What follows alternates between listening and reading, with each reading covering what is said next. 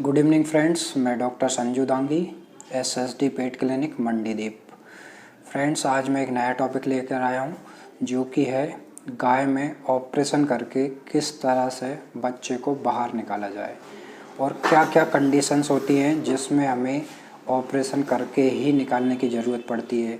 बिना ऑपरेशन के क्यों नहीं निकाल सकते, ऑपरेशन करने की क्या ज़रूरत पड़ी और अगर ज़रूरत पड़ी तो किस किस तरह से हम ऑपरेशन करेंगे और उस गाय को बचा पाएंगे। तो फ्रेंड्स, एक एक करके मैं पूरा आपको इन्फॉर्मेशन दूंगा। तो फ्रेंड्स, सबसे पहले मैं आपको इन्फॉर्मेशन दूंगा कि क्यों हमें ज़रूरत पड़ी, किस कंडीशन में हम गाय को बच्चे का गाय निकालने के लिए ऑपरेशन करने की ज़रूरत पड़ी। तो देखिए फ्रेंड, कई केसेस होते हैं जिसमें बच्चा या तो अंदर ही, गाय के पेट के अंदर ही उसकी डेथ हो गई है और बच्चा बहुत ज़्यादा फूल गया है। अब बच्चा फूल गया है और उसका पेल्विक कैविटी से ज़्यादा बड़ा साइज हो गया है, जिसके कारण वो बच्चा अब हम वैजाइना के थ्रू उसको बाहर नहीं कर सकते। तो उस कंडीशन में हम क्या करेंगे, उसका ऑपरेशन कर कर ही बच्चे को बाहर किया जाएगा।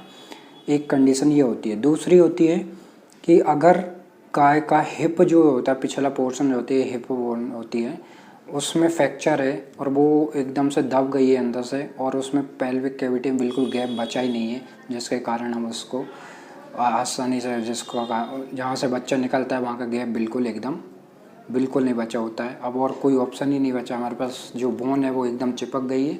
फिर उस कंडीशन में हमें क्या करना है, केवल ऑपरेशन करके ही हम निकाल सकते हैं।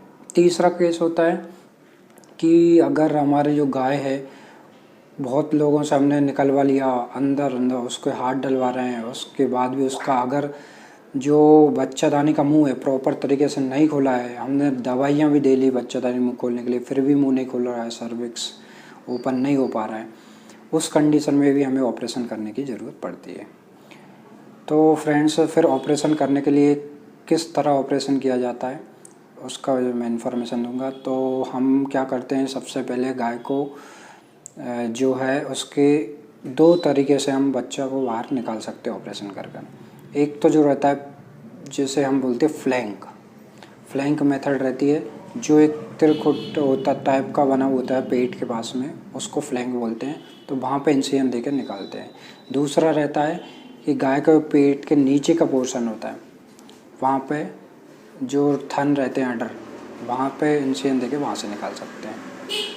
तो फ्रेंड्स, मैं जो प्रेफर करता हूँ वो रहता है फ्लैंक मेथड, और मैंने किया भी है केस, और बहुत अच्छे तरीके से केस सॉल्व भी हो जाता है। तो उसमें क्या करना पड़ता है, सबसे पहले उसको हम पूरा सेविंग करते हैं, क्लीन करते हैं, और उसके बाद में जो हमने फ्लैंक रीजन है उसको पूरा प्रॉपर सेव किया।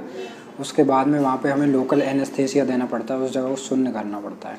शून्य करने के बाद हम प्रॉपरली उसको इंसिजन देते हैं वहाँ से, और पूरी तरह से पेट अंदर जाते हैं। फिर बच्चादानी को वहाँ पे खोजना पड़ता है, बच्चादानी में इंसिजन देते हैं, और इंसिजन देने के बाद बच्चे को बाहर निकालते हैं।